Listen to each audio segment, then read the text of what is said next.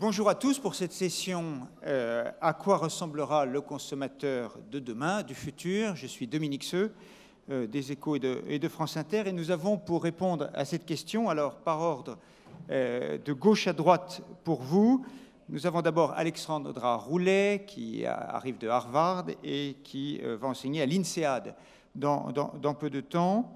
Nous avons ensuite, alors dans l'ordre, nous avons Jonathan Hall, qui est diplômé de Harvard aussi, qui est responsable de la recherche économique chez Uber et qui a travaillé chez Google, Analysis Group et Pandoria Media. Ce sont des noms qui sont connus. Il a beaucoup écrit sur un sujet dont on reparlera sans doute, et vous aurez sans doute des questions sur le marché du travail des conducteurs d'Uber. Nous avons à côté de lui Philippe Houzé, qui est le président que chacun connaît évidemment, président du directoire du groupe Galeries Lafayette depuis 2005, qui a dirigé le groupe Monoprix, qui a été le distributeur de l'année en 2015, reconnu par, alors je ne sais plus quelle est la Fédération internationale, enfin c'est le prix le plus considérable dans son domaine d'activité. Et il avait utilisé une formule dans les années 90 ou 2000, je crois, l'éthique dans l'étiquette. Nous reparlerons de ce sujet. Nous avons ensuite à côté de lui Matt Hancock, qui est, alors, que je salue particulièrement, non seulement parce qu'il est britannique, mais qu'il est le seul à avoir respecté, il est très casual, mais un casual britannique. Il est arrivé, et je peux en témoigner, il est arrivé avec un costume tout à l'heure, nous lui avons suggéré de l'enlever, et il a encore la cravate, et donc je crois qu'il mérite déjà une reconnaissance particulière. La différence...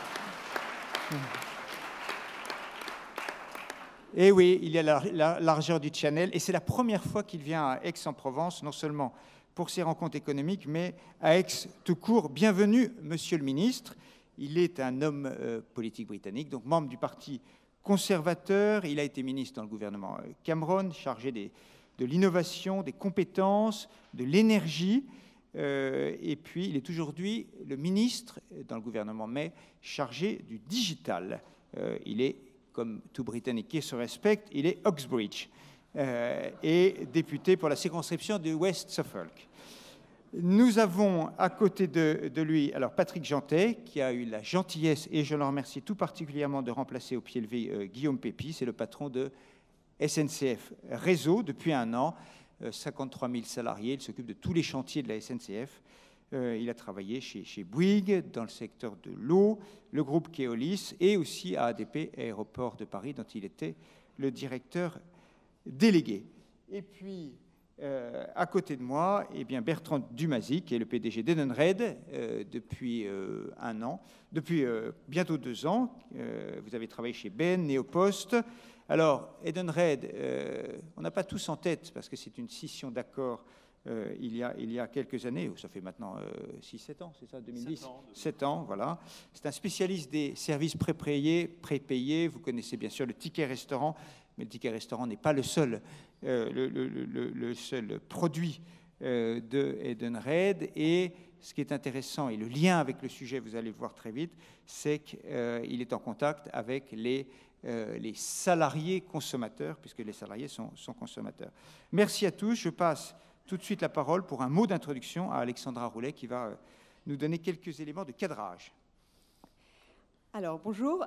Avant de se livrer à l'exercice d'imagination auquel cette session nous invite, je vous propose de plonger d'abord dans le passé, fin 19e, pour écouter l'un des observateurs les plus perspicaces de son époque décrire la psychologie du consommateur d'alors et les stratégies commerciales qui en découlaient, afin de nous demander ensuite ce qui a véritablement changé. 1880 donc, Paris, non pas aux Galeries Lafayette, mais au bonheur des dames. Mouret avait l'unique passion de vaincre la femme. Il lui avait bâti ce temple pour l'y tenir à sa merci. C'était toute sa tactique, la griser d'attentions galantes et trafiquer de ses désirs. Déjà, voulant éviter la fatigue des étages aux dames délicates, il avait fait installer 2 ascenseurs capitonnés de velours. Puis, il venait d'ouvrir un buffet où l'on donnait gratuitement des sirops et des biscuits. Mais son idée la plus profonde était de conquérir la mère par l'enfant. Il créait des rayons pour petits garçons et fillettes et arrêtait les mamans au passage en offrant aux bébés des images et des ballons. Un trait de génie que cette prime des ballons, distribuée à chaque acheteuse, des ballons rouges, portant en grosses lettres le nom du magasin, et qui, tenue au bout d'un fil, voyageant en l'air, promenait par les rues une réclame vivante. 8 juillet 2017, Aix-en-Provence. Les choses ont-elles tant changé par rapport à ce que décrit Zola? Certes, Internet vient remplacer l'ascenseur capitonné de velours pour permettre aux clients de faire leurs courses sans fatigue. Au lieu de flâner entre les étages, on va surfer sur le web. De plus en plus, acheter, c'est cliquer. Les pratiques connaissent une révolution et tout s'accélère. Mais des femmes délicates aux consommateurs internautes, n'est-ce pas toujours la même quête? Plus de choix, moins d'efforts. Le bonheur des dames par rapport aux petites boutiques voisines, le commerce en ligne par rapport au commerce traditionnel partagent une même ambition, permettre aux clients de gagner du temps et élargir leur domaine des possibles. De même, pour rendre visible une marque et faire de la publicité de manière habile, les likes sur Facebook et autres signes d'engouement sur les réseaux sociaux ont remplacé les ballons publicitaires distribués aux enfants. Mais n'est-ce pas toujours la même stratégie? Des ballons d'hier au succès Internet d'aujourd'hui, on souhaite toujours, pour attirer les consommateurs, être dans le vent et faire sensation. Ou encore, les annonces publicitaires ciblées qui surgissent sur notre écran alors que nous sommes en train de travailler font tout à fait écho aux pièges savants, de plus en plus savants d'ailleurs, dont parle Zola pour nous arrêter au passage et trafiquer de nos désirs. Enfin, déjà à l'époque, Mouret pressentait les opportunités apportées par la première vague de mondialisation et il avait, je cite, « pour sa mise en vente des nouveautés d'été, lancé 200 000 catalogues, dont 50 000 à l'étranger, traduits dans toutes les langues. Il professait que la femme est sans force contre la réclame, qu'elle finit fatalement par aller au bruit. Ainsi, il avait découvert qu'elle ne résistait pas au bon marché, qu'elle achetait sans besoin quand elle croyait conclure une affaire avantageuse. Et sur cette observation, il basait son système des diminutions de prix. » Fin de citation. Au XXIe siècle, le consommateur restera sans aucun doute très sensible au prix. Et ce n'est pas que la femme, cher Émile, qui ne résiste pas au bon marché et aime conclure une bonne affaire. Casser les prix pour pénétrer un marché, solder son stock pour fidéliser une clientèle, restent des stratégies payantes. Pour autant, ne voit-on pas quand même, aujourd'hui, se profiler un changement d'ordre presque moral? D'abord, le consommateur de demain ne sera-t-il qu'un être de désir ou sera-t-il devenu aussi un citoyen responsable, davantage conscient des risques environnementaux et sanitaires associés à certains types de produits et consommations, ou mode de consommation? Il ne suffira plus, je pense, de lui vendre du rêve. Il voudra aussi du sens. Le consommateur citoyen cherche en effet à faire des choix de consommation respectueux de la planète et des générations futures. Il accorde de l'importance à la responsabilité économique et sociale des entreprises et peut boycotter certaines marques dont les pratiques lui déplaisent. Il valorise la production locale, le Made in France, les produits du terroir. Le consommateur du futur a beau être de plus en plus virtuel, il est parallèlement, paradoxalement même peut-être, de plus en plus enraciné.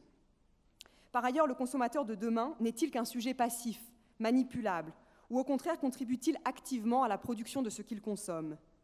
On imagine le consommateur du futur plus actif, plus ouvert, séduit par des modes de consommation fondés sur le partage, comme le covoiturage. Un consommateur collaboratif. Ces différents visages que nous venons d'esquisser, le consommateur internaute, citoyen, collaboratif, sont-ils les masques contemporains du consommateur éternel, toujours sensible aux mêmes facteurs que sont le prix, la notoriété, le confort, et qui succombe toujours aux stratégies de séduction qu'on lui déploie? Ou y a-t-il une véritable transformation de la psychologie du consommateur? Voilà, c'est Merci, merci à vous. Voilà, le consommateur est-il éternel ou on réinvente un peu tous les 10 ans des nouvelles modes, la génération Y, puis les millennials, et puis demain ce sera autre chose, et tout ça sont des effets un petit peu de mode, ou est-ce qu'il y a des vrais changements structurels? On va poser d'abord la question à Philippe Houzé, bon, qui est évidemment aux premières loges depuis longtemps sur ces sujets-là. Est-ce que le client a vraiment changé? Est-ce que le discours, par exemple, sur les valeurs qu'on met dans l'acte de consommation, est-ce qu'il y a des nouvelles exigences? Est-ce que c'est tout ça, c'est sérieux ou c'est un petit peu de la communication? D'abord, merci Alexandra, vous avez pratiquement déjà traité le sujet, mais enfin, je vais peut-être essayer de vous paraphraser. Merci d'abord de me donner l'occasion de parler sur un thème qui m'est cher, puisqu'il est au cœur de notre business model, c'est celui du consommateur. Je crois qu'on sera tous d'accord sur ce panel pour dire que le consommateur, au cours des dernières années, a profondément changé sous l'impulsion à la fois de la mondialisation et d'Internet. Moi-même, au cours de mes 45 années de carrière de commerçant, j'ai connu déjà plusieurs révolutions structurantes, avec l'émergence des chaînes spécialisées, des centres commerciaux, de la fast fashion, mais jamais rien de comparable au tsunami d'Internet. Et l'actualité de ces dernières semaines nous l'a encore prouvé avec le rachat de Whole Foods par Amazon. Remarquez que la bonne nouvelle, c'est que ça veut dire que le pure player aura toujours besoin d'un réseau physique. On voit bien que l'industrie bouge et bouge très vite. Principale raison à ces mouvements, toujours mieux servir le client roi. Dans le retail, le développement exponentiel de la technologie a en fait inversé le rapport de force entre les marques et le client. Il a transformé profondément son comportement, ses attentes et son profil. Aujourd'hui, le client est extrêmement éduqué avant de venir en magasin. Fort des benchmarks qu'il a pu préparer lui-même avant sa visite, il est connecté, il est mobile, il est décomplexé. C'est lui qui décide de tout. Les réseaux sociaux influencent aussi ses choix et ses goûts. Il ne veut plus d'une relation qu'il subit, mais il souhaite un parcours sur mesure et une offre sur mesure, seamless, comme on dit, qui soit le plus fluide possible. S'il se déplace, enfin, c'est pour vivre des choses qui dépassent l'aspect pratique qu'Internet peut lui procurer et faire des expériences. Ce nouveau consommateur qui est prêt à consommer partout et tout le temps, mais il est aussi beaucoup plus sélectif dans ses choix. Il s'incarne plus particulièrement dans cette génération qu'on a baptisée les millennials, des 18-35 ans, qui va représenter pratiquement la moitié de la population active en 2020. Alors on peut la résumer, cette génération, c'est celle du moi, avec un fort besoin d'expression qui se met notamment en scène via les réseaux sociaux. C'est aussi la génération du pourquoi, en quête de sens, de transparence, d'engagement. Mais c'est aussi la génération du nous, qui réinvente, vous l'avez dit Alexandra, les modèles économiques et privilégie l'expérience vécue et l'usage par rapport à la possession. Covoiturage, coworking, revente et troc, open education. Fort de ce constat, le consommateur de demain sera encore plus intransigeant. Et pour nous, retailers, nous avons 3 défis clés à relever, qui sont de savoir être à la fois omnicanal, expérientiel et engagé. Alors le défi de l'omnicanal. Aujourd'hui, plus de 70% des consommateurs français souhaitent que tous leurs produits soient accessibles aussi facilement en ligne qu'en magasin. De fait, on va observer une convergence des enseignes et pure players vers un modèle unique, celui de l'omnicanal, qui combine à la fois le online et le offline et qui permettra le moins de rupture possible dans le parcours d'achat. Et nous, retailers, nous devons intégrer ces nouveaux usages dans nos stratégies, assurer la maîtrise de 3 flux, le flux client, le flux produit, le flux magasin. Pour ce faire, la data va être la clé du succès. Seuls seront victorieux dans nos métiers ceux qui sauront optimiser, voire dans certains cas monétiser leurs données clients et être ainsi au plus près de leurs attentes. Beaucoup d'opportunités pour les data scientists. Le défi de l'expérientiel. Aujourd'hui, le consommateur n'achète plus simplement des produits, mais des sensations et une expérience vécue. Le magasin physique, contrairement à ce qu'on entend, a beaucoup de beaux jours devant lui, mais charge pour les retailers de sublimer sa valeur ajoutée dans l'esprit des clients.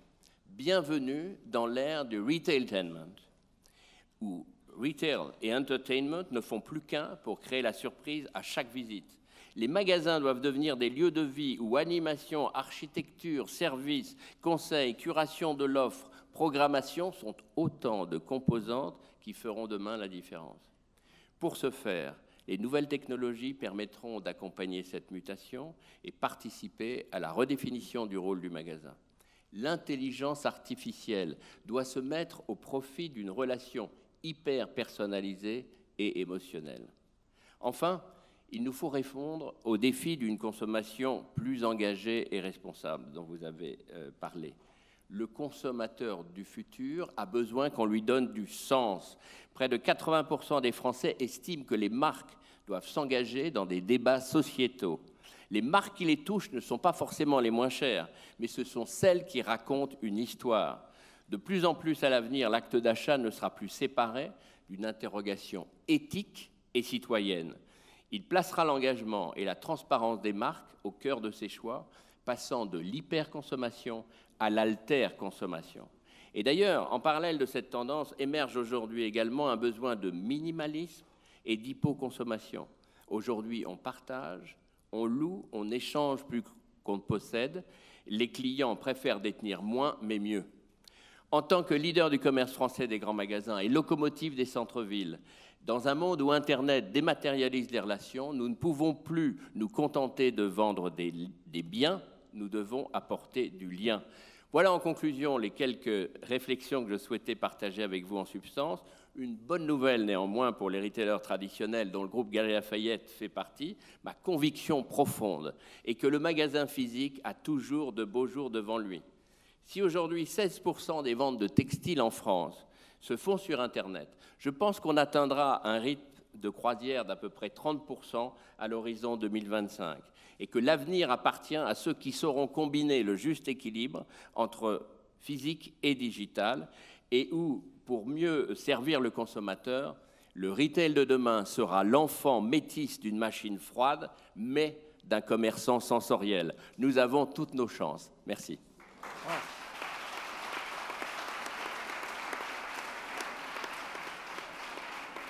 Peut-être Philippe Houzet, juste une question. C'est quoi l'hypoconsommation? Qu'est-ce que vous voyez, vous, dans votre réseau, qui est quand même considérable? À quelle marque, en fait, à quels exemples très concrets vous voyez ces tendances-là? Minimalisme, hypoconsommation, c'est vrai qu'on sont des mots qu'on n'a pas l'habitude d'entendre. C'est acheter moins, mais mieux. C'est aujourd'hui un peu plus de qualité que de quantité. Enfin, moi-même, quand j'avais lancé dans les Monoprix, Monoprix gourmet, Monoprix vert, c'est déjà aller vers, et avec une réaction très très positive de la part de nos clients, c'est aller vers des produits qui vont satisfaire des besoins, mais qualitativement. Et aujourd'hui, on voit de moins en moins cette fête dans l'hypermarché du samedi après-midi où on remplit le caddie avec les enfants. D'ailleurs, aujourd'hui, la société vieillit et les couples, aujourd'hui, les enfants sont partis. Et donc, on consomme de plus en plus de façon, comment dirais-je, plus surveillée. Enfin, il y a aussi quelquefois un problème de pouvoir d'achat, mais il y a aussi une volonté de s'impliquer personnellement dans ses achats. Et donc, hyperconsommation était plutôt un modèle des années 70-90. Aujourd'hui, on va vers un modèle beaucoup plus plaisir, le meilleur rapport plaisir-prix. Mais rassurez-moi quand même, les Chinois qui viennent le samedi et le dimanche boulevard Haussmann ne sont pas dans l'hypoconsommation, j'espère. Non, bien sûr, non, mais eux, c'est différent. Ils viennent profiter du différentiel de prix qu'il y a entre celui des marques de luxe vendues dans leur pays et ici, et avec la détaxe que nous leur offrons en plus. Donc, ils vont toucher entre 30, voire jusqu'à 50% de différence. Donc, il est évident qu'ici, ils viennent... D'autant plus que vous avez là-bas ces cadeaux qui sont faits en famille et donc ils viennent profiter ici. Mais le luxe fait partie de ces marques qui sont aujourd'hui demandées beaucoup par les touristes étrangers, dont les Chinois dont vous parlez. Merci. Matt Hancock, d'abord, y a-t-il des particularités du consommateur britannique qui serait alors soit quelques années en avance par rapport au consommateur continental? Est-ce qu'on observe les mêmes tendances sur l'ensemble des pays développés, selon vous? Et quelle est la stratégie des pouvoirs publics britanniques sur justement la transformation digitale? Est-ce que vous poussez, vous accélérez, ou vous avez quand même une partie des magasins, des commerçants qui vous disent « halte là, n'allons pas trop vite ». Quel est le climat des affaires en Grande-Bretagne? Et je ne parle pas du Brexit. Oui, bien sûr. Je suis ravi d'être ici aujourd'hui. Je crois que le consommateur du futur sera plus numérique, plus exigeant et plus global. Alors, peut-vous aller continuer en anglais? Merci en tout cas de ces mots. Parce que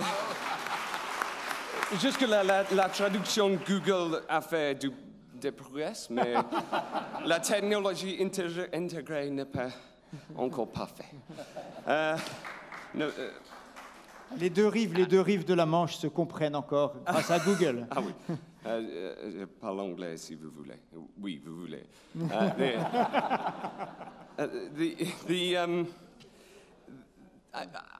I agree with much of what has been said, and our role, coming from the point of view of government, is to enable and to see the trends and ensure that they can continue.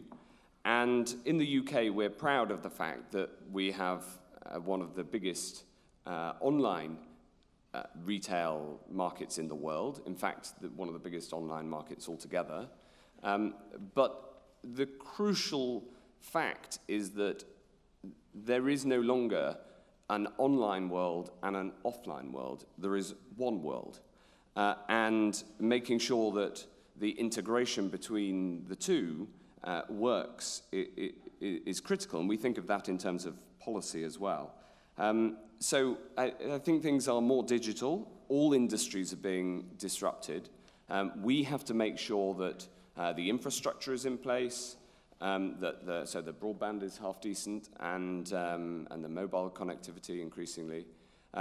We also have to make sure that the social consequences and any of the social challenges that come from this disruption are taken into account. A lot of that means better skills training, and skills and infrastructure are a key part of our strategy in the UK to deal with this great change. So that the task is to create the jobs of the future, because the old jobs are going to be disrupted anyway, whether we like it or not. And you can't stick your head in the sand. You have to make sure that we're creating the new jobs in digital, in creative industries, and what have you. The second point, I would strongly agree with Philippe, which is that customers are more demanding. They have higher expectations. They have more frustration when things fail. This is also true of government services. So one of the big things we have to do is transform our government services, because people have more choice and they expect more choice. But I also agree very strongly with this point that people increasingly are looking for business that is a force for good.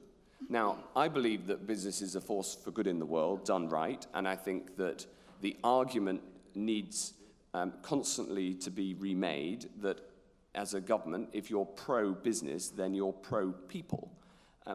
And increasingly, consumers are demanding that their businesses very clearly are a force for good in the world, as well as being able to provide for them, and that's something that we in government have a role in. And then the third point that I'd make is that we're more global.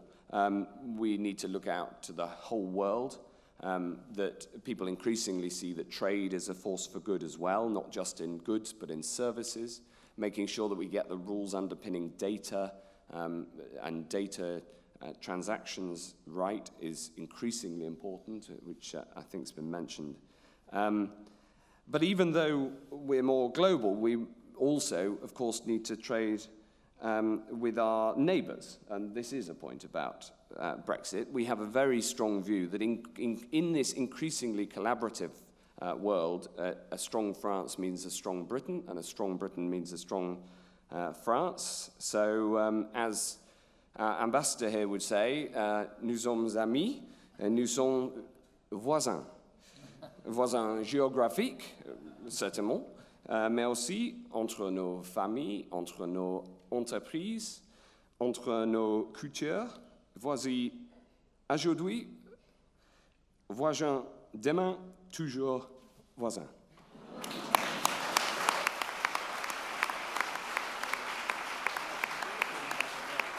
Merci beaucoup. Peut-être une question complémentaire. S'il fallait, au plan européen, bâtir une charte digitale sur les relations entre les consommateurs, le commerce, etc., quel pourrait être le contenu, quelles règles communes? Est-ce qu'on peut bâtir des règles communes? On voit bien que le comportement des autorités continentales, bruxelloises et londoniennes vis-à-vis des concentrations, de la concurrence, des plateformes notamment, ne sont pas exactement les mêmes. Quelles sont les règles? What are the rules? Well, the concept of a digital charter, which we're bringing in the UK, is that there has been this great change over a generation thanks to the internet, and especially thanks to the coming about of these extraordinary platforms, one of which is represented here on the panel. And this has changed many things, and we need to ensure that the rules around the internet, both the regulatory but also ethical codes of practice and ways of working and way that big companies operate, keep up. So whether this is from ensuring that we balance freedom and responsibility online with respect to terrorism or protection of minors, or whether it's making sure that we get the ethical rules around the use of data right, so that we can use big data and machine learning to improve people's lives, but we make sure that the appropriate limits are there so that we get the innovation without some of the potential downsides materializing, and so that those markets that have been heavily disrupted online have an up-to-date framework, that the intellectual property protection online is strong. The media industry has been seriously disrupted by the coming of the internet and the platforms. How do we ensure that they have a sustainable business model so you can pay for high-quality journalism in the new online world? And we've called it a charter because we think that there are a whole series of changes that need to be made. We're in the foothills of understanding what the best framework is. And it's something that we want to work with partners around the world, especially with other democracies, both across the EU over the next 2 years and beyond, when we've left, and also around the world in North America and other allies, because this is ultimately a global, the same things happening to countries all around the world.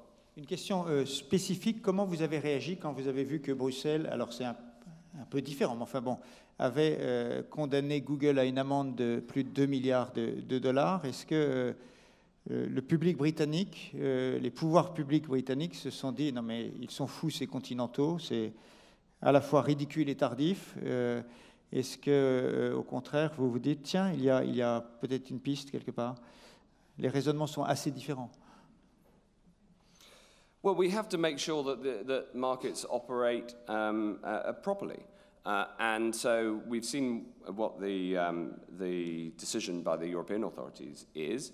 And for the time being, whilst we're members of the European Union, we are full members, and therefore it is a decision for the European authorities. Merci. Alors, votre voisin, on va parler de la SNCF, Patrick Jeantet. C'est vrai qu'il y a quelques années, on disait toujours la grande transformation, c'est de considérer non plus l'usager, enfin de considérer l'usager comme un client. On avait l'impression que c'était il y a une quinzaine d'années. Quel est aujourd'hui, pour la SNCF, avec la transformation digitale, quel est le prochain horizon pour vous, en fait, de l'usager au client et du client à quoi?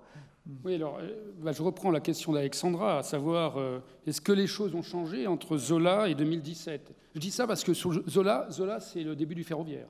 Ouais. Et donc il faut replacer ça dans son histoire. Et évidemment, les choses ont changé. La révolution passer de l'usager au client a été réalisée ces dernières années à la SNCF, c'est très clair. Alors, quelle est la différence finalement entre l'usager et le client? L'usager, c'est, je pense, la question qui est au cœur, c'est le choix. C'est la possibilité du choix. L'usager est captif, l'usager est passif, l'usager se fait imposer ses choix par une entreprise d'État, par une autorité. Et l'histoire du marketing montre que, justement, c'est l'inverse. Le client, c'est celui qui peut choisir de plus en plus. Et l'évolution du marketing, c'est justement cette question, comment être beaucoup plus près de chacun d'entre nous. Je pense que la révolution qu'on voit aujourd'hui, c'est on ne segmente même plus. Maintenant, on veut aller faire quelque chose du sur-mesure pour chacun de nos clients personnalisés individuellement. Et c'est ce qui a se passer. Alors, on est dans ce mouvement-là. À la SNCF, évidemment, on a fait une révolution marketing assez classique, c'est-à-dire qu'aujourd'hui, on a évidemment des clients. Je vais prendre un exemple sur les lignes à grande vitesse. On a d'abord augmenté notre profondeur de gamme. Aujourd'hui, vous avez Ouigo, qui est une offre low cost, tout à fait similaire aux offres low cost que vous avez dans l'aérien. Et Inouï, qui est notre offre, je dirais, à la fois classique et à la fois premium, est une autre offre qui correspond plus à des offres, comme je dis, classiques ou premium. Et on a aussi élargi en largeur, on est élargi en mode.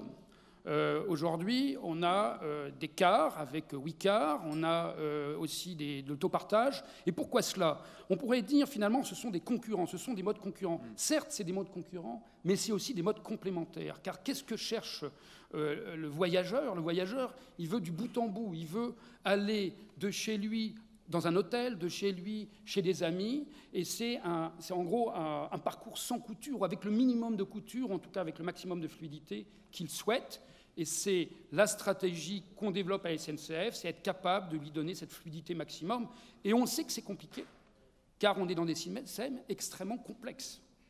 Un système ferroviaire, c'est quand même un système dans lequel un train ne double pas un autre train, on n'est pas sur la route. Donc quand on veut faire doubler des trains, ou quand un train est planté au milieu d'une voie, il faut avoir des systèmes assez sophistiqués, parce qu'immédiatement, on a des impacts beaucoup plus forts que sur la route. Et donc ces systèmes-là sont extrêmement compliqués. Mais, in fine, notre consommateur, notre client veut du bout en bout. Et c'est le sens de la stratégie, je dirais, de la SNCF en matière de clients. Alors, à cela s'ajoute évidemment une multiplicité de services. Le client veut plus de services. Donc, on ajoute à notre stratégie par mode, je dirais, des thèmes comme du service à bord, des réservations de taxi à l'arrivée. On va multiplier dans le temps ces services. Et je dirais même qu'on va multiplier aussi les services à bord qui permettent au voyageur qui fait un voyage de 4 heures de transformer son temps subi. Il a à voyager 4 heures pour aller dans tel endroit. Alors on a beau aller avec des lignes à grande vitesse de plus en plus vite, néanmoins on ne pourra pas rétrécir ça. Et d'ailleurs, je me pose la question, est-ce qu'il faut le rétrécir encore? Parce que ce temps-là, bien dans un bon contexte, dans un bon environnement, dans un bon train, on arrive à le rendre beaucoup plus utile. C'est le sens, par exemple, de mettre du Wi-Fi à bord, de telle manière à ce que pour ceux qui veuillent faire de l'Internet et des emails, ils puissent le faire. Aujourd'hui, quand on prend le train pour aller de Paris à Aix-en-Provence, on a 2h40, 3 heures jusqu'à Aix-en-Provence, 3 heures sur lesquelles on peut véritablement faire des choses différentes. Donc, pour moi, il y a ce côté service à bord qui est de plus en plus important. À l'Assemblée nationale, on dirait brouhaha. Oui, je sens, je provoque un peu, c'est bien, il y aura des questions comme ça. Voilà, alors, deuxième chose que je voulais... Le public est attentif. Deuxième chose que je voulais mettre en avant, c'est que on est, nous, dans une économie du partage. En gros, nos consommateurs veulent toujours plus de services pour toujours moins. Le système ferroviaire est un système qui est naturellement un système onéreux, et donc il faut en réduire les coûts. Il y a beaucoup de capital. Voilà. Il y a beaucoup de capital, en particulier. Donc pour réduire les coûts, il faut partager. Mais c'est historiquement, le système ferroviaire a toujours été un système de partage. Alors aujourd'hui, je vous donne un exemple. Par exemple, les trains, vous prenez une rame duplex de 2 unités, et c'est à peu près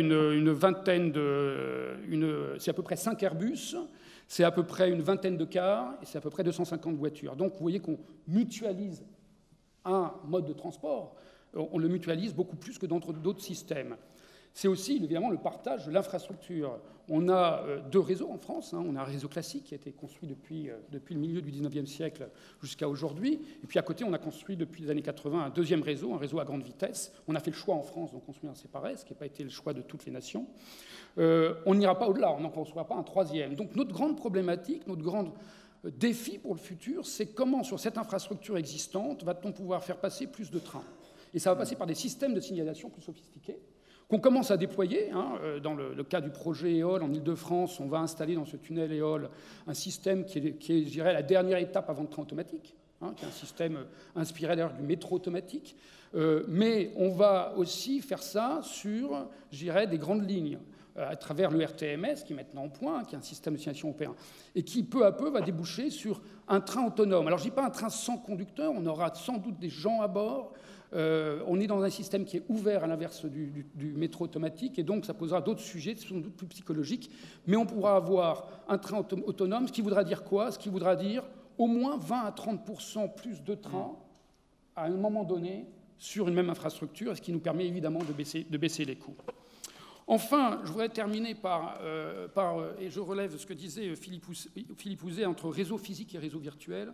C'est absolument évident que les deux sont nécessaires et que le réseau physique en matière de transport, c'est quoi? C'est finalement l'économie, c'est finalement le transport, je dirais. La plupart des usages maintenant, de plus en plus de transactions utilitaires, elles sont faites par des plateformes.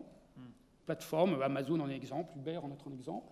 Mais derrière ça, finalement, on supprime donc des déplacements utilitaires. Et les déplacements aujourd'hui, ils sont de plus en plus de la rencontre des autres. On va à la rencontre des autres. On prend le train pour aller voir des amis, on prend le train pour aller faire une réunion de business qu'on ne peut pas faire par téléconférence parce qu'on ne peut pas toutes les faire. On a besoin d'avoir le retour physique de la personne en face de nous.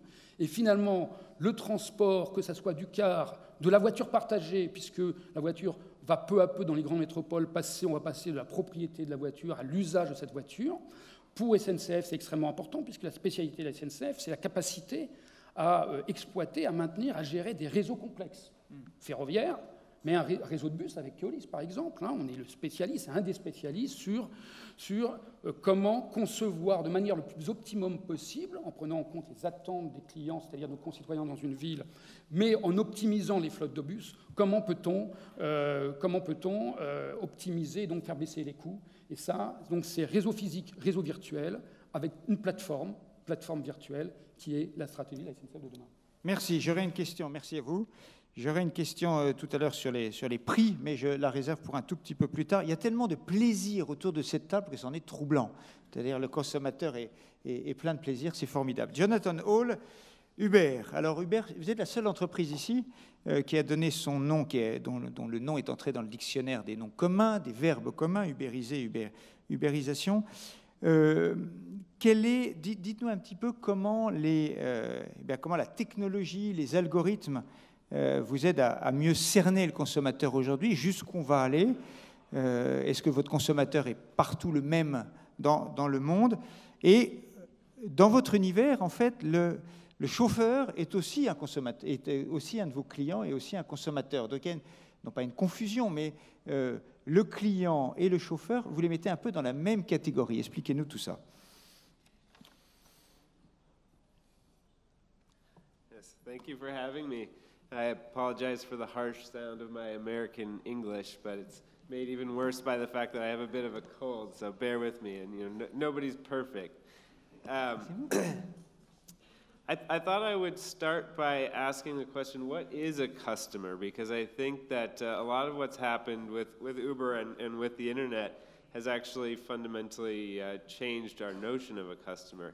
When I was in graduate school, I spent some time studying luxury goods, and I learned a remarkable story about a bag sold by Hermes, so exclusive that you can't simply go into a store and purchase it. You have to apply. And you might be rejected, or you might need to change your life to become worthy enough to purchase this bag. It's kind of like interviewing for a job. So if you think about this person, they're kind of like, the person who buys this bag is like an unpaid brand ambassador for Hermes. It's almost like they're working for Hermes in a way. Hermes does not get a lot of criticism for this point because the people who buy this bag can afford a bag that costs as much as a car. But if that weren't true, I could spin a story that these people should be employees. Imagine if a similar company invited, say, college students to, quote-unquote, apply for the exclusive right to buy a bag that they would show off in public. In the United States, we would have a controversy over whether or not these people are unpaid interns, let alone customers. So I'll sort of use the opposite example in a bit, talking about how Uber thinks about customers, or how at least I think we should think about customers going forward into the future. The problem in the Hermes example is that the people who want the bag do not feel like they have a lot of other choices. They are buying something that, that has no close substitutes. And so this echoes what was just said about customers and choice. So I'm going to focus very much on the notion that a customer is somebody who has a lot of good choices and can sort of leave the store at any time. So pivoting to something a little bit closer to my current line of work, a taxi rider has often not felt like a customer because in many places you don't have a lot of choices. Taxis are something you put up with, not that you choose in many markets. So it could be said that taxi companies do not appear to always believe that the customer is always right. I don't know if you have this expression in France, but we often say the customer is always right in contexts in which the customer can leave if you tell him that he's wrong. And this can be, this problem with taxis can persist even when there are lots of taxi companies in a city, because it may be hard to find a taxi at any moment in time. And so despite the fact that there appears to be competition, in the moment there isn't competition. And so there's some power that the taxi company has over the consumer who we would like to think of as a customer. So again, a true customer can walk away because they have other good options. Google is fond in competition settings of saying that, look, competition is always a click away. So for the future customer, the future consumer, competition is an app away. That's the way that I'm thinking about this. The customer of the future has this magic box in her pocket that offers her a multitude and density of choices in markets that are not just online, but actually in the world of things now. So if you need a car, you can open up your phone and see that there are cars available in a multitude of apps, and in fact there are different services.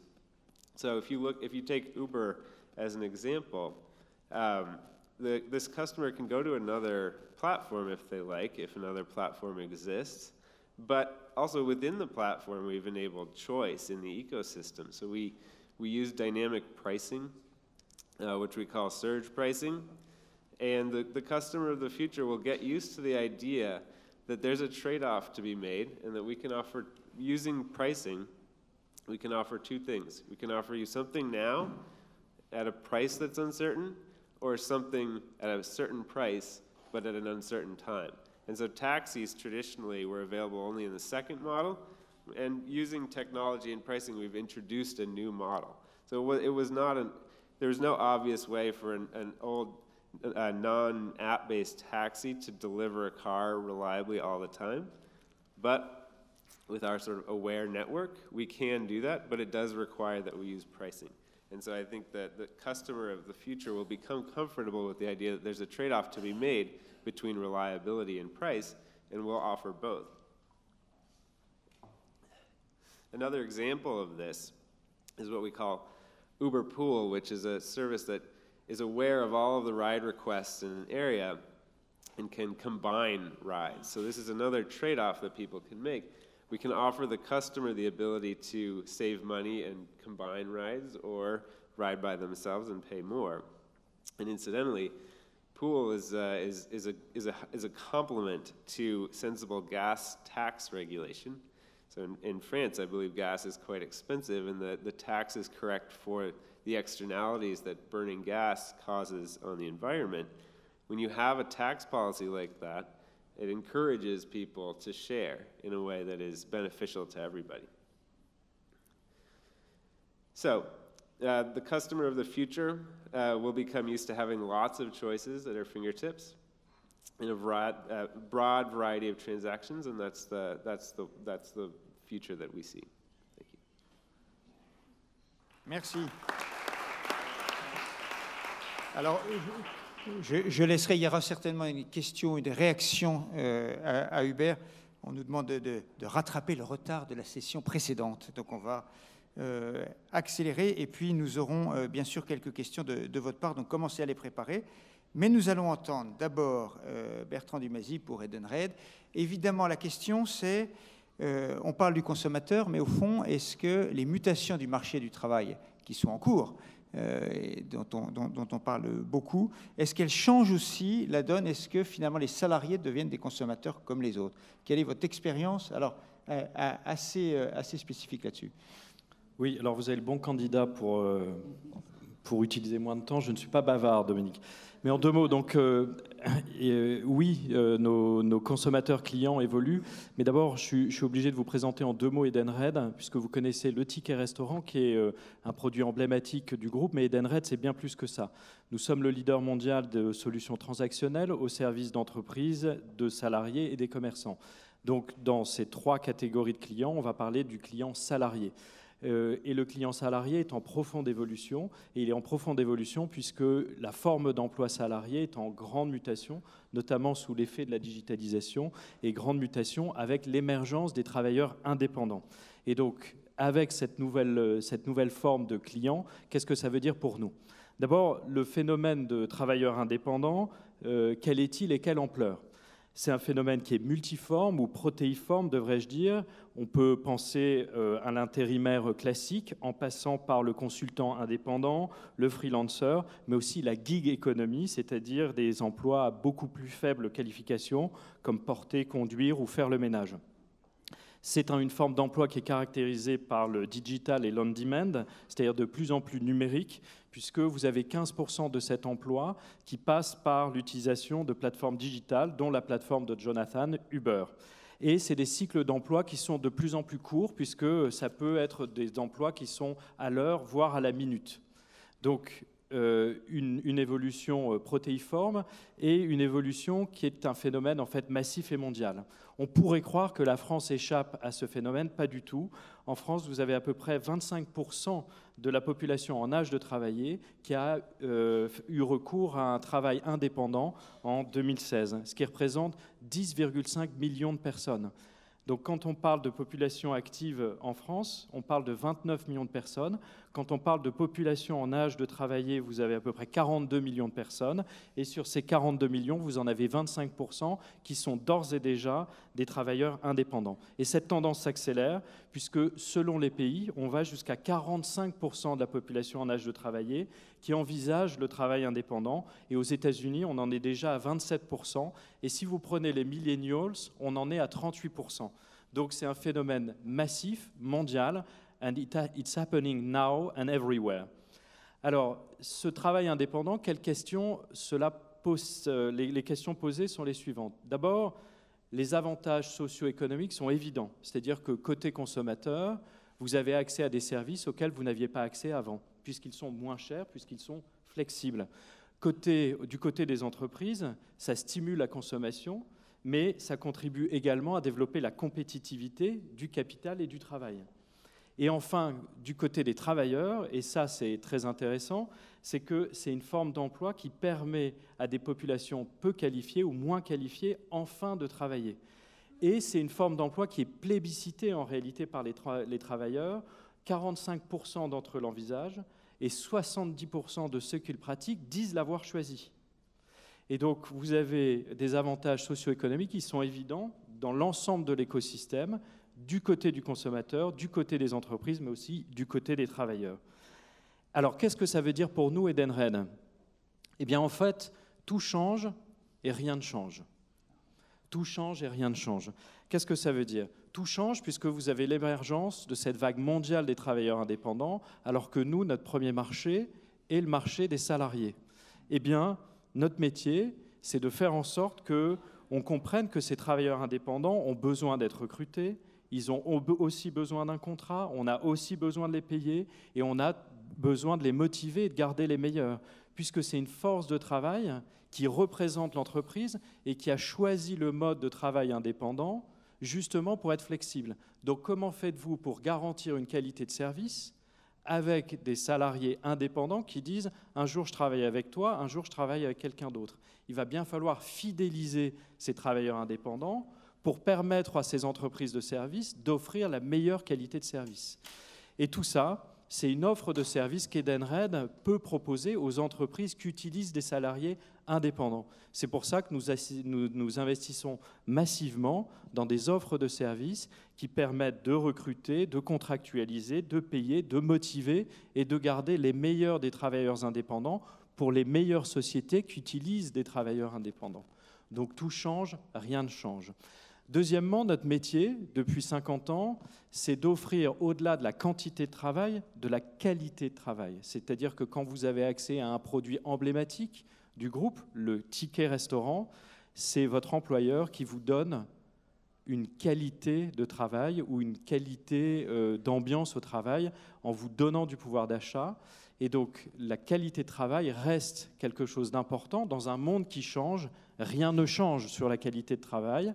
Et ça veut dire quoi? Notre métier de demain, c'est de faire en sorte que ces solutions d'avantages sociaux qui ont été envisagées pour des salariés soient étendues aux travailleurs indépendants, puisque le monde du travail de demain devient multiforme. Et enfin, tout change pour que rien ne change, ou tout change et rien ne change. Nos consommateurs ou clients d'aujourd'hui ont aussi besoin de solutions transactionnelles pour travailler dans la nouvelle économie. Et je prends un exemple concret. Nous sommes très présents au Mexique. Quand vous allez acheter des produits dans les supermarchés, hypermarchés au Mexique, en fait, ces supermarchés, hypermarchés sont très segmentés. Vous avez un service aujourd'hui qui, via une plateforme qui désintermédie, vous permet de mettre votre liste d'achat et quelqu'un va faire les courses pour vous d'un supermarché à un autre. Et cette personne a besoin de payer. Et elle va payer avec une carte prépayée générée par Edenred, puisque c'est notre métier. Bref, nos clients changent. Notre premier client, c'est les 43 millions d'utilisateurs que nous avons au travers du monde. Ils étaient salariés. Demain, ils seront salariés et ou travailleurs indépendants. Tout change, mais en fait, rien ne change pour notre métier. Notre métier est de trouver les solutions de demain, qu'elles soient en qualité de vie ou en paiement, pour faire en sorte que le monde du travail reste aussi un monde d'accomplissement et de joie et de plaisir. Diable. Merci à vous. Alors, il nous reste une petite dizaine de minutes pour des questions que j'imagine assez nombreuses. Donc, on va demander des questions courtes et des réponses courtes. Madame, alors, au milieu. Alors, madame, après monsieur, enfin, plein de questions. Allez-y. Question courte si vous avez la gentillesse. Si vous permettez, je vais poser la question en anglais. To what extent is the consumer of tomorrow that you describe in tension with the same person who is the producer of goods or provider of services who has to provide them 24/7 or for lower and lower wages given the actual demand for price sensitivity? Alors, qui veut répondre? Philippe Pouzet, peut-être? Moi, je pourrais répondre peut-être. Effectivement, il va falloir devenir de plus en plus flexible et le système ne nous le permet pas vraiment. Je prends par exemple la bataille que j'ai menée pendant 10 ans pour pouvoir ouvrir nos magasins le dimanche. Il a fallu essayer de convaincre à droite, puis essayer de convaincre à gauche, et c'était vraiment pas facile. Et du jour où le ministre Macron nous a accordé par sa loi la possibilité d'ouvrir le dimanche, il a fallu trouver avec nos partenaires sociaux un accord. Ça a pris 2 ans et demi. Et donc, et encore a-t-il fallu passer à travers des arcanes très particulières pour réussir à... Donc, vous voyez que, oui, le consommateur, aujourd'hui, il veut tout de suite de la façon la plus fluide possible. Et nos organisations, très fortement structurées, ont besoin de devenir plus agiles. C'est un problème culturel, on travaille beaucoup là-dessus, mais il faudrait que l'environnement nous aide aussi, ce qui n'est pas forcément le cas. Matt Hancock, un mot de réponse, et puis on prend la question suivante. Si déjà quelqu'un peut prendre un micro. Oui. In the UK, we've responded to the challenge that you set by both allowing the flexibility for these jobs to be created, because having a job is better than not having a job at all, and many of the jobs are well paid and have high quality for the employee as well. But we've done that at the same time as introducing a much higher and rising minimum wage, the national living wage, to make sure that everybody benefits. And so we've taken this twin approach, which is have the flexibility in terms of the job creation, whether that's by big companies or in more flexible circumstances through platforms and by traditional means, and have the rising national living wage. And as a result, we've got unemployment lower than it has been for any time in my lifetime. But we also have seen in the last year the fastest rise in the pay of the bottom fifth, even though overall pay growth has not been very fast. At the bottom, we've seen fast wage growth. Thank you. Autre question? Oui, alors devant, monsieur. Pierre-Étienne Ranceau, magazine Décideur. Il y a un débat qu'on a occulté, c'est que le consommateur du futur va devenir producteur, notamment avec les imprimantes 3D. Ça change tout. Est-ce qu'on a besoin d'un distributeur quand on peut imprimer chez soi? Est-ce qu'on a besoin d'un producteur quand on reçoit des plans numériques et qu'on peut imprimer les choses? Et ça va très loin. Par exemple, on a vu qu'on pouvait imprimer une maison pour 10 000 euros. 10 000 euros, on peut imprimer une maison. Il y a un clip sur Internet, vous le trouvez facilement. Donc, Philippe Houzé, puisque vous avez anticipé toutes les tendances, sauf peut-être la plus dangereuse, et avec beaucoup de sagesse, comment vous voyez cette tendance dangereuse? Est-ce que c'est en mettant des corners pour qu'on imprime chez vous plutôt qu'à la maison? Comment vous voyez l'impression qui transforme le consommateur en producteur? Pour nous, elle est vraiment très intéressante, cette tendance. Mais nous sommes des retailers, c'est-à-dire qu'on va aller regarder ces producteurs comme de nouveaux fournisseurs possibles pour des produits que nous serons amenés à vendre à nos clients. Et donc, nous, on les accueille tous les jours. Et notre métier, d'ailleurs, c'est de créer la surprise en permanence, c'est-à-dire d'aller trouver ces fabricants qui vont nous amener des produits qui sont très différents des autres. Donc, pour nous, c'est notre métier permanent, et notamment face à Internet, où le consommateur va avoir le choix maximum possible de la façon la plus fluide possible, nous devons, dans nos magasins physiques, créer en permanence la surprise, en changeant les marques, en changeant l'offre, en changeant les types de fournisseurs, en allant chercher à travers le monde ces nouveaux produits dont le client ne sait pas encore qu'il en a besoin. Y a-t-il une question peut-être pour Jonathan Hall de Uber? Je serais surpris qu'il n'y en ait pas. Oui, monsieur. Voilà. Bas. Merci. Je m'interroge sur deux affirmations qui ont été faites. La première, c'est les clients veulent des expériences de plus en plus fluides, des parcours commerciaux de plus en plus fluides. Et la deuxième, c'est le concurrent est toujours one click away ou one app away. Il y a un développement technologique aujourd'hui qui essaye de faciliter ou de développer encore plus la fluidité des parcours clients, c'est l'intelligence artificielle, et notamment avec les assistants digitaux. Alors les plus connus, c'est Cortana, Siri et surtout Amazon Echo. Et la question qui se pose sur la liberté du consommateur, la liberté de choix, c'est la suivante. C'est si demain je commande un produit sur Amazon Echo, c'est-à-dire une petite boîte à qui je dis, et je prends un exemple pas totalement au hasard, je voudrais par exemple de l'aspirine, sans préciser la marque. Dans ce cas-là, c'est Amazon qui va décider de quelle marque on me propose, quels sont les produits qu'on me propose. Et dans ce cas-là, où est la liberté du consommateur? OK, qui veut répondre? Allez, plusieurs personnes. Jonathan Hall, peut-être. Allez. I will do my best. I think the world that you're describing is a world in which Amazon has significant market power and the user does not have a lot of choice. And so that is not the scenario that I was describing, and ultimately not the scenario that I predict will obtain. I think that buying aspirin will become more and more commoditized, and as a result, users will have more and more choices. If they like having Amazon pick an aspirin brand for them, then that's a service that Amazon and other providers can provide. But I do believe that competition is a click away, and that the amount of power that you can generate over a consumer simply because you make really good recommendations is small.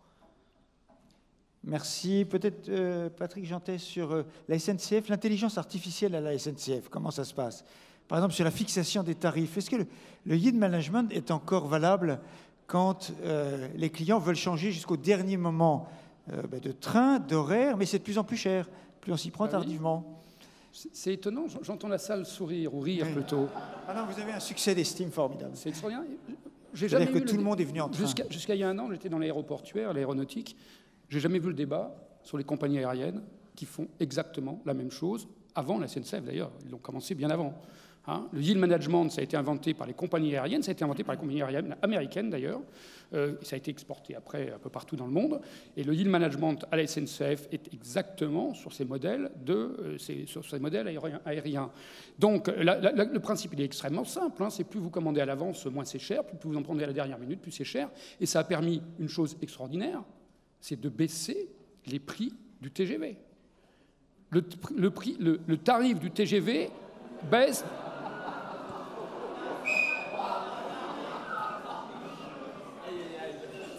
Eh bien, je vous assure, mais en tout cas, je vous assure, le prix du TGV a baissé depuis quelques années. Attendez, on peut aussi se fonder sur des données chiffrées et nous sommes tout à fait oui pour vous, enfin oui, voilà, pour vous entendre. Depuis 2-3 ans, a baissé à peu près de 6%. Voilà. Alors, il y a eu des augmentations qui ont été faites à une époque où les péages ont monté. Et pourquoi ça? Parce qu'auparavant, il était terriblement subventionné. Les péages étaient à un niveau qui ne reflétait pas le coût réel de l'infrastructure des TGV. C'est tout. Hein. Donc, si vous voulez, la réalité, elle est là. Donc, le yield management aujourd'hui fonctionne comme tous les yield management dans l'ensemble des pays. Ce qui est très extraordinaire, c'est que, comme la SNCF est une société historique, une société de service public, autre chose, ouais. Il manque autre chose. Et le grand débat en France aujourd'hui, oui. je vais juste dire une chose importante. Je prends SEA, donc Sud-Europe-Atlantique, que nous avons ouvert il y a une semaine. Sud-Europe-Atlantique, c'est à la fois du commercial quand on fait du Paris-Bordeaux direct, c'est du service public et de l'aménagement du territoire quand votre TGV s'arrête à Châtellerault et Poitiers.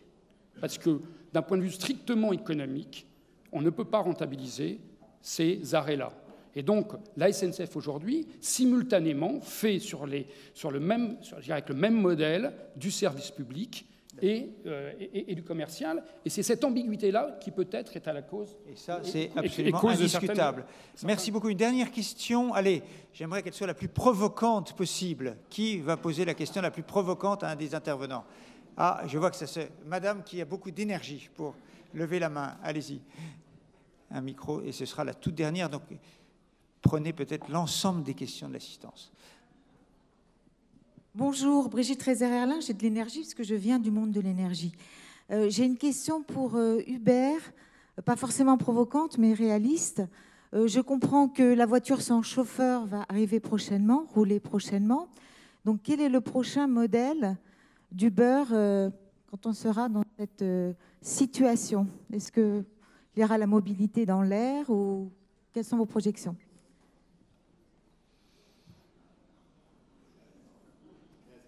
I think we're very excited for the arrival of the self-driving car, but it might not be quite as soon as we think, and it will be an interesting rollout that a network like Uber can facilitate, because many thousands of people will be required to ensure the safety of the network and rescue cars that stop because they're no longer safe. And I think it'll be a messier and more human-intensive process than people think.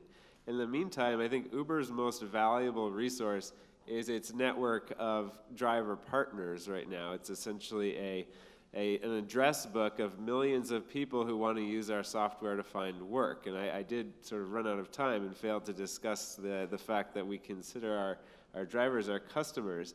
But we are currently working in all kinds of experimental ways, finding new ways to dispatch people work that they want. For example, in the United States, we now offer flu shots by Uber. And so I think that as autonomous vehicles take over, what we expect is that people will offer a wide variety of services through our software that can be delivered and facilitated with the autonomous network. Merci beaucoup, et je remercie notamment Alexandra Roulet qui a accepté très gentiment de faire un mot de conclusion de 27 secondes. Oui, alors très rapidement, je pense que juste beaucoup de choses ont été dites. À mon avis, les deux peut-être enseignements à retenir, c'est vraiment cette question de comment exploiter tout le potentiel des nouvelles technologies tout en évitant deux écueils. Le premier, c'est celui de la déshumanisation du commerce. Donc on a vu tout ça, créer le lien, etc. Et le deuxième écueil, c'est de respecter les exigences de bonnes pratiques que les consommateurs valorisent de plus en plus. Donc voilà, la liberté de choix, tout ce qui a été discuté. Le deuxième point qui m'a paru très intéressant et qu'on a peut-être abordé plus brièvement, mais tout de même, c'est tout ce qui concerne l'économie collaborative et l'économie de partage. Et cette idée quand même très forte et intéressante de partager pour produire plus et de vraiment se servir de l'intelligence collective pour réduire les coûts. Voilà, je pense que merci à tous. Merci d'avoir assisté à ça. Et comme vous êtes les consommateurs de ce débat, les producteurs qui sont ici seront ravis de répondre individuellement à vos questions, bien sûr.